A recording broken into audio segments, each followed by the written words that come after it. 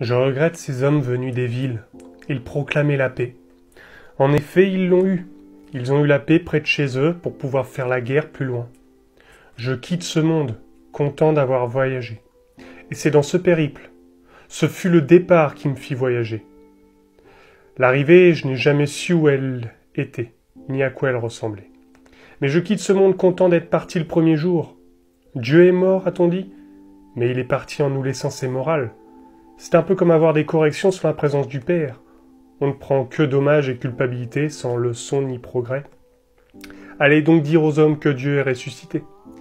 Merci Zarathustra d'avoir annoncé sa mort pour mieux le retrouver. On ne vit jamais mieux qu'après avoir vaincu son sort. Je meurs jeune, d'une maladie qui m'a touché à mes débuts, car on ne guérit jamais vraiment de son enfance. Je crois que Kirillov avait raison. Les hommes ont inventé Dieu pour ne pas se tuer.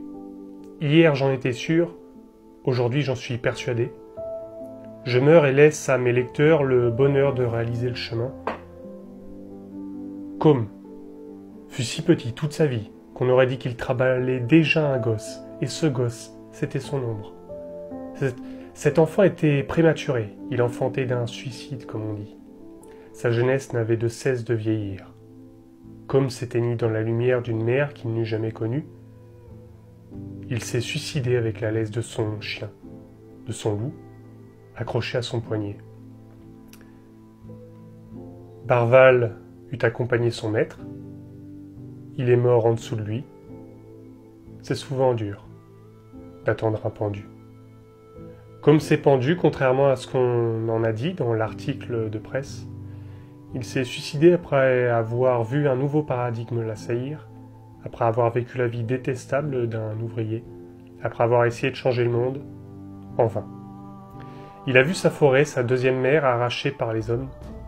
Alors pour le comprendre, il faut comprendre que se suicider, ce n'est pas vouloir mourir, c'est ne plus vouloir souffrir. Car un suicide, ça gêne tout le monde au fond. Ça met tout le monde mal à l'aise. C'est pas comme un arrêt cardiaque ou un accident de la route. Dans un suicide, on sent le ballonnement de la société à l'intérieur. La honte de l'entourage. L'impression désagréable, comme une nausée qui nous fait nous sentir coupables. Mais Côme s'en va et il s'en fout car il était condamné à la vie, à la ch'touille, au destin de sa forêt. D'ailleurs, Côme avait laissé une lettre près de son tabouret de pendaison. Ces mots sont les suivants. Prenez garde, ô mes frères de chemin, car la route marche aussi.